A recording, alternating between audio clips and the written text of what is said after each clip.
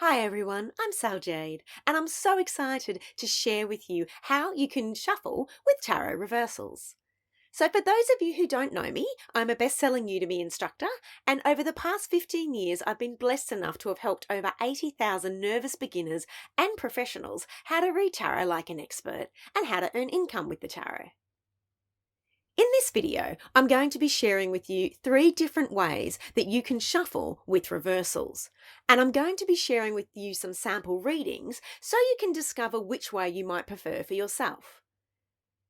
This video is a free excerpt from my best-selling Tarot Reversals course. And if you're ever interested in learning more about how to do tarot reversals for all 78 cards for general, business and love, I'll share more about that at the end of this video.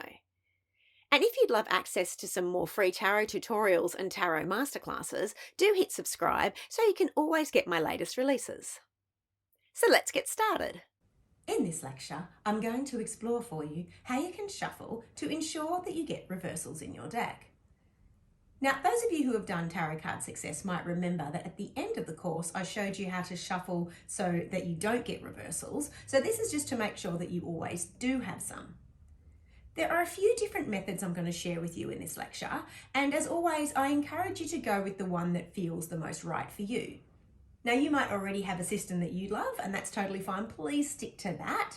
Intuitively for me with the tarot, when it comes to shuffling, there is no right or wrong, and even understanding how to put cards into the deck to make sure that some do appear reversed, there's no right or wrong, it's just what works. And if you're ever wondering, well, how do I know what works? It'll come down to, do the readings make sense? Do the cards feel right? Like if the cards start feeling a bit off, maybe try a different system. Or for example, say you're shuffling and the cards just seem to blow all over the place like berserker cards, then maybe try a different method. Now, this first method, which is perhaps the easiest one, I just call it the natural method.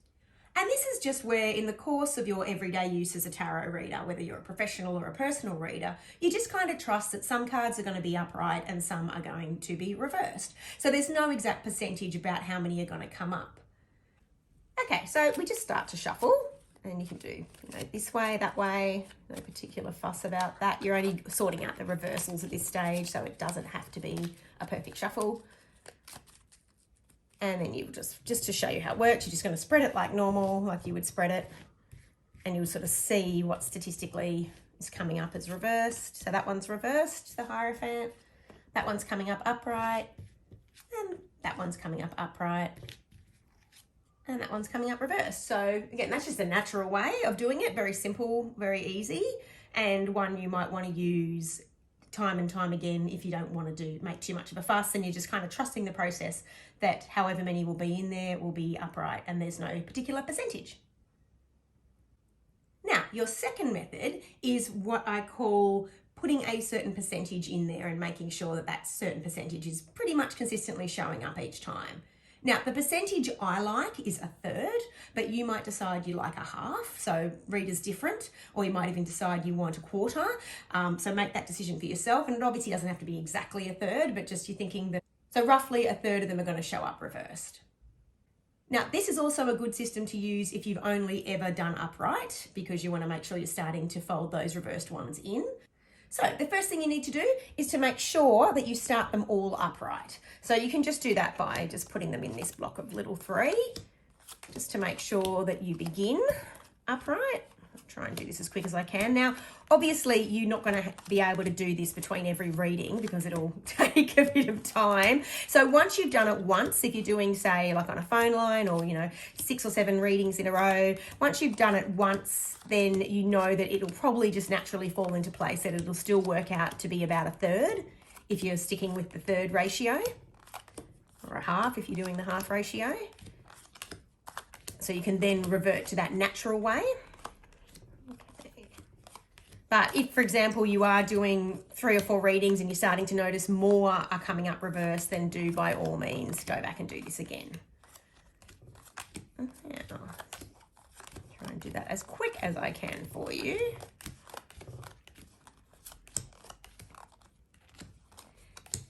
Now you can, once you've sorted these and gotten them all upright,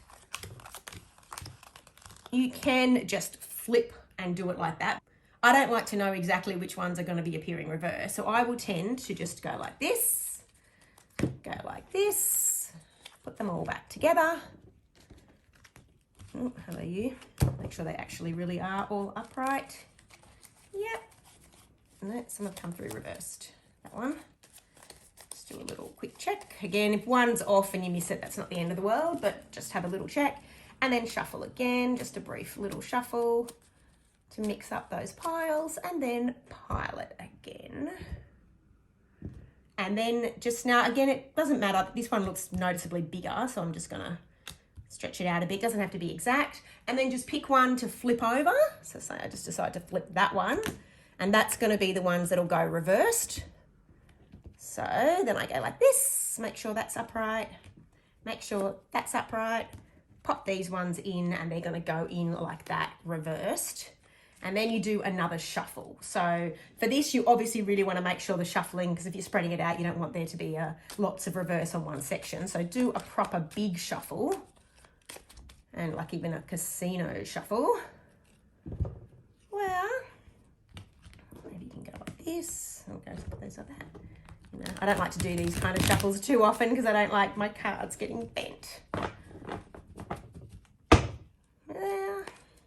And then do another quick squeeze through, and really it should be, because we did the third thing, there should be more upright than not. And just do another little quick thing through like that. Now, if you want a more precise method, then obviously all you need to do is when you do those three, flip it over and make sure that that middle one, so say it's the middle one that's going to go reversed, make sure that that is going to go in a certain thing, and then just do a normal shuffle. So that's just two different ways. Okay, so let's just have a look now and see how many are going to show up when we pull the reversals. So that one's shown up the reversed, the Six of Swords. Seven of Cups has shown up upright. The World has come out reversed. The Two of Swords has come out reversed. And the Hermit. So that's probably a bit more than statistically. Oh, sorry, you guys can't see that. Let me put that up. That's probably statistically a bit more than what would normally be. So I'll just pull a few more anyway. So there we go. We're getting some more upright ones now. But generally it should turn out to be that two are upright and one is upside down. But again, trust that process with it. You have pretty much ensured that at least a third of them are going to appear reversed. Now, the third method, which is a bit more the fun kindergarten one, but probably the most difficult to do in terms of aesthetics, is you just mess all the cards up. So you start up them being the natural way, and then you just kind of pull them out like that.